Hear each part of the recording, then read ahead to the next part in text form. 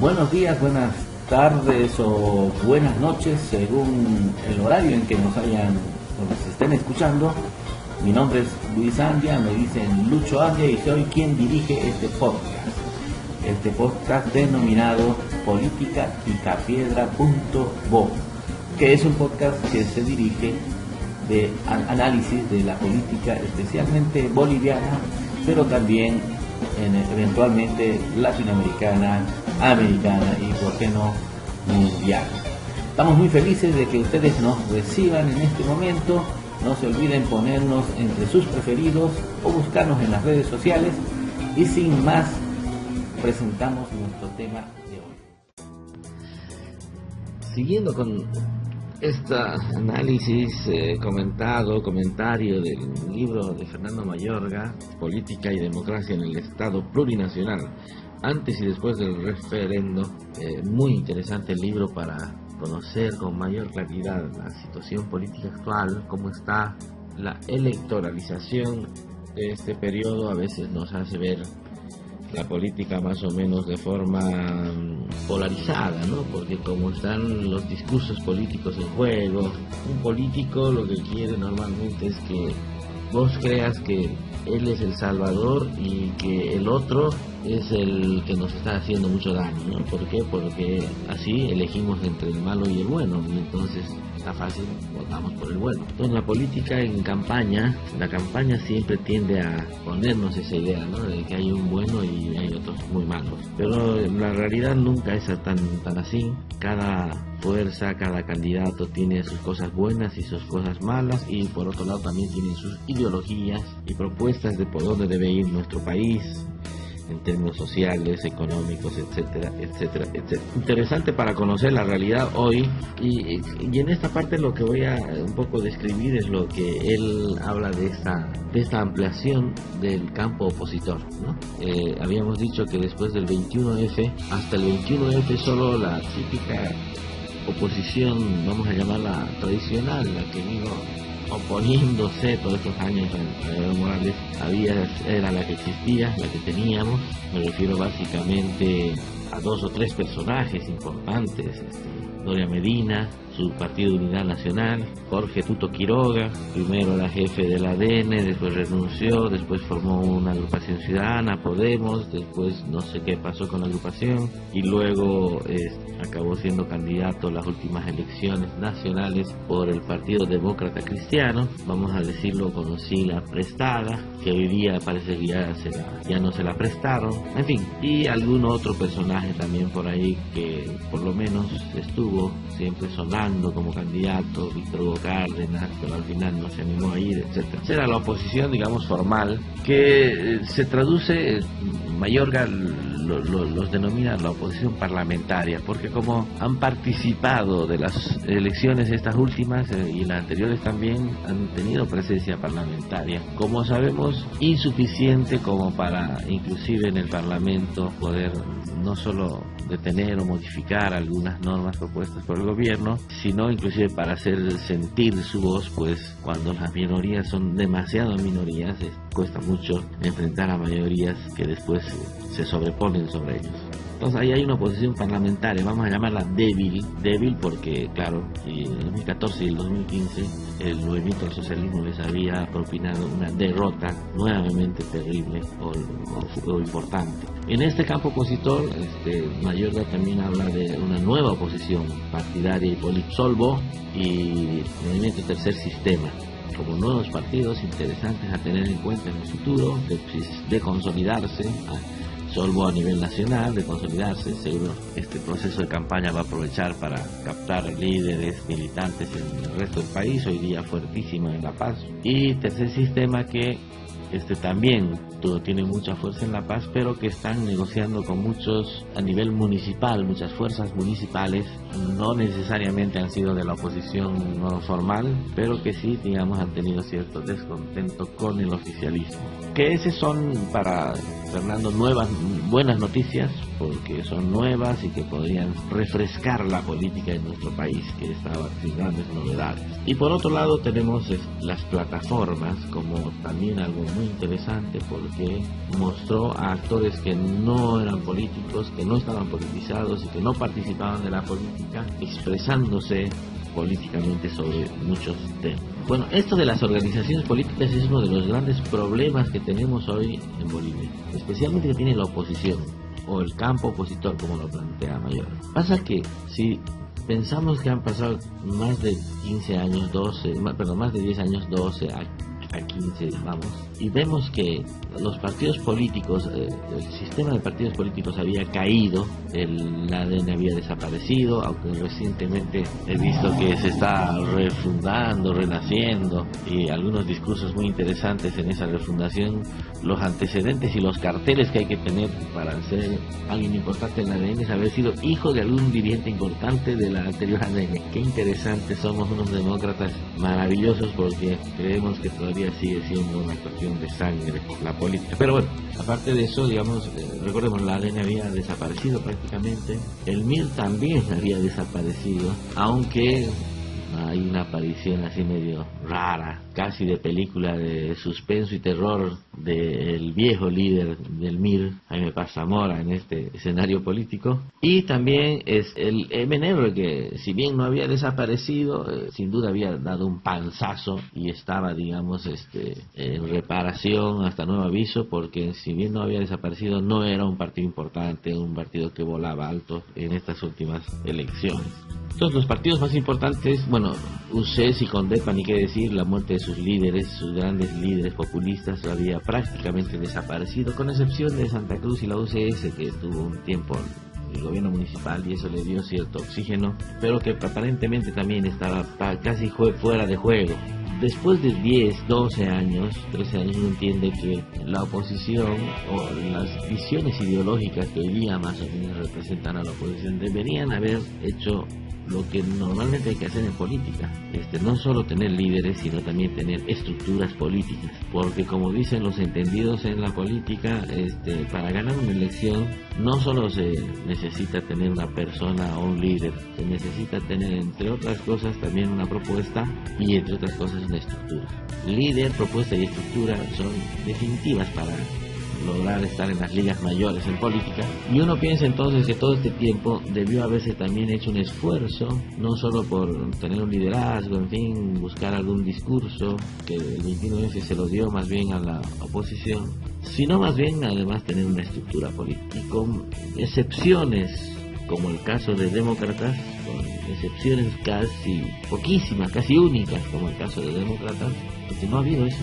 Si nos ponemos a pensar en estos líderes que han venido siendo importantes ahora, repito, con excepción de Demócratas, si ponemos a pensar en Tuto Quiroga, por ejemplo, no ha habido un esfuerzo ni un interés por formar un partido, ¿no? Es más, fue con sigla prestada las últimas elecciones. Es decir, fue de más a menos.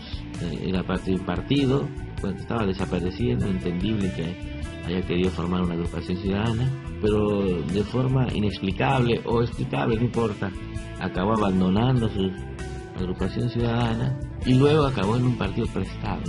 Involución en términos de estructura política. Si pensamos en Cárdenas, lo propio, siempre aparecía como una alternativa importante para la oposición, para el liderazgo de la oposición, pero nunca hubo un esfuerzo de hacer partido político. Parece que esperaba que algún partido político lo invite, de hecho, eso estuvo esperando estas últimas elecciones, y como esperó tanto, acabó recurriendo a lo que había a la mano y acabó con un partido político prestado también. Si pensamos en Carlos Mesa, hoy día el candidato importante y que salía en las encuestas persistentemente como alguien alternativo, interesante, lo propio, nunca hubo un esfuerzo por construir una organización política importante, seria, mínima. Y Doria Medina, que es un caso interesante, porque sí, Doria Medina formó un partido político, Unidad Nacional, pero no ha habido nunca un esfuerzo de construir verdaderamente una estructura política en torno a ese partido político. Es decir, no hay dirigencias intermedias serias, si lo maneja más como un partido político personal, partido de bolsillo de Doria Medina, que cuando hay elecciones lo necesita, lo saca, lo utiliza y después se lo guarda de nuevo,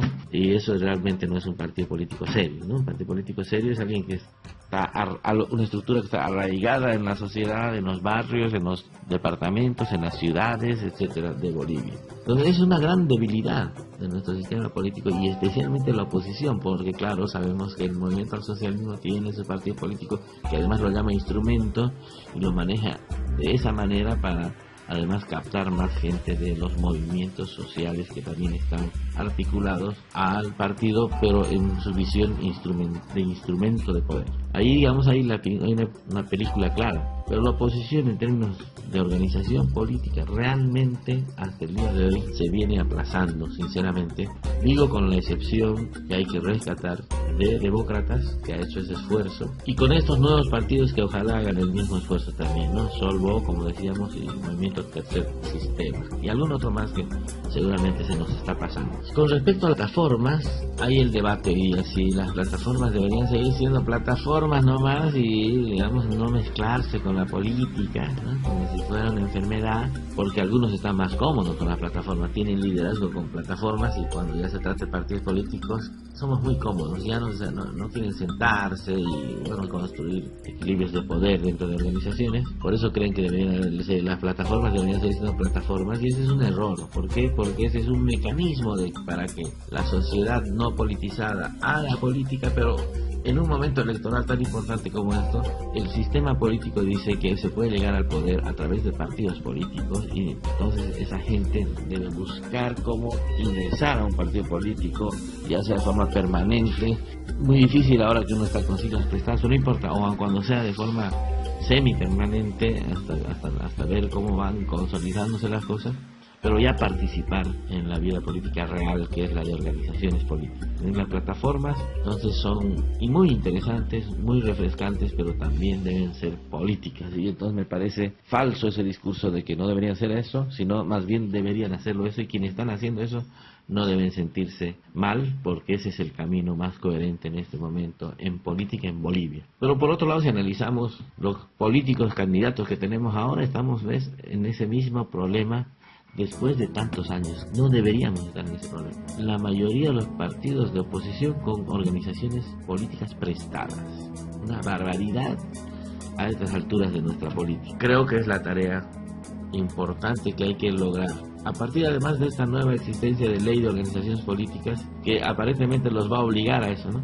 A tener militantes, a tener padrones propios, a tener, en fin, elecciones internas, a tener estructuras de liderazgo intermedias, etcétera, etcétera. Está bien, porque debe hacerse eso para tener un sistema político estable y no estar volando todo el tiempo y no saber quiénes se presentan, cómo se presentan, quiénes son con quiénes, se quieren, no se quieren, se alían, no se alían, como venimos hasta ahora, en el caso del campo de la oposición. Fernando Mayorga también nos anota un tema interesante que lo dije también en el anterior podcast, pero es importante repetirlo. La oposición no es homogénea. Él dice que la oposición tiene una polifonía discursiva con un solo objetivo, es decir, el objetivo sin duda que no vuelva a ganar Evo Morales, pero la polifonía discursiva se refiere a que hay diferencias de discurso, diferencias de opinión de lo que se debe hacer. Están de acuerdo en lo que no quieren, como dije yo alguna vez en un conversatorio, pero no están de acuerdo en lo que quieren. Y lo que quieren nos importa más a nosotros, ¿saben por qué? Porque lo que quieren es su plan de gobierno. Nosotros queremos saber, los ciudadanos, qué van a hacer, cómo nos van a mejorar, cómo nos van a mejorar la vida. Ese es el plan de gobierno. Y en eso, evidentemente, todavía no solo no se ponen de acuerdo, sino hasta ahora inclusive ni siquiera lo plantean para debate de la oposición.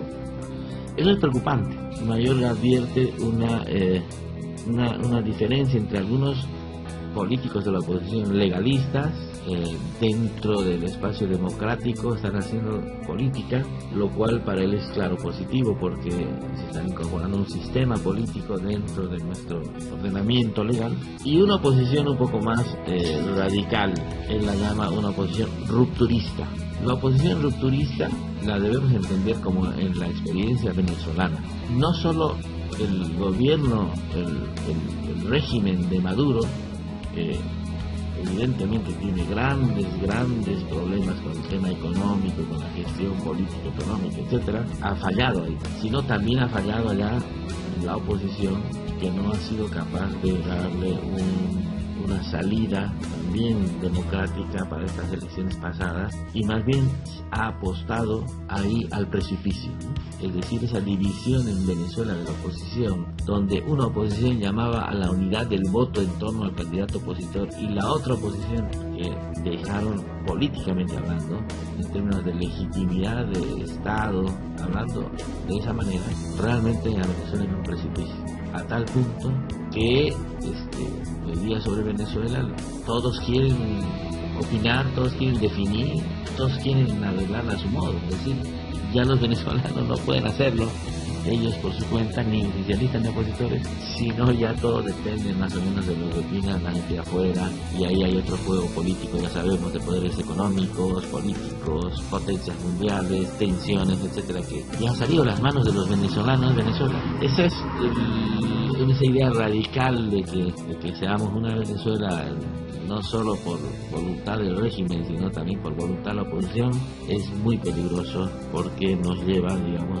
no a un camino de democracia y legalidad, de democracia y de legalidad, sino nos lleva a un camino de ruptura, Estado de Derecho, de las formas como están, y de quién sabe cómo nos arreglaremos para adelante. Quién sabe, nadie sabe cómo esto pasa en Venezuela. Ese es un tema que también hay que presentarlo, y yo también coincido con el autor, es interesante discutirlo, y por otro lado está otro tema, que es el de la guerra sucia, las redes sociales, las mentiras verdaderas, etcétera, etcétera, que bueno, eso da para hacer otro podcast, cualquier otro sé sobre cómo la política en las redes sociales le ha dado rienda suelta a la guerra sucia y a las mentiras, que nosotros nos las creemos todas. En ese estado de situación estamos en este momento. Hay muchas cosas que hay que discutir sobre que se están haciendo no muy bien, y hay muchas cosas que, bueno, buenas noticias, como en el anterior podcast, de que probablemente estamos yendo también a un sistema de mayores equilibrios políticos, y por lo tanto en sistemas como esos la democracia funciona mucho mejor, y además los equilibrios de poderes y de orden de poder también funcionan mucho mejor. Y bueno, ojalá los políticos de nuestra generación, que ya están terciando en las elecciones, y que el próximo año también terciarán en elecciones nacionales, tengan la suficiente responsabilidad y madurez política para enfrentar ese reto, que va a ser seguramente muy importante. Seguimos luego, amigos, con algún otro tema. Un gusto de haber estado con ustedes nuevamente. Así concluye nuestro programa de hoy. Espero que les haya gustado. No se olviden suscribirse a nuestro podcast, que se llama politicaycatedra.com. Busquen también en redes sociales, Facebook, Instagram, Twitter, bajo el nombre de Luis. Hasta luego.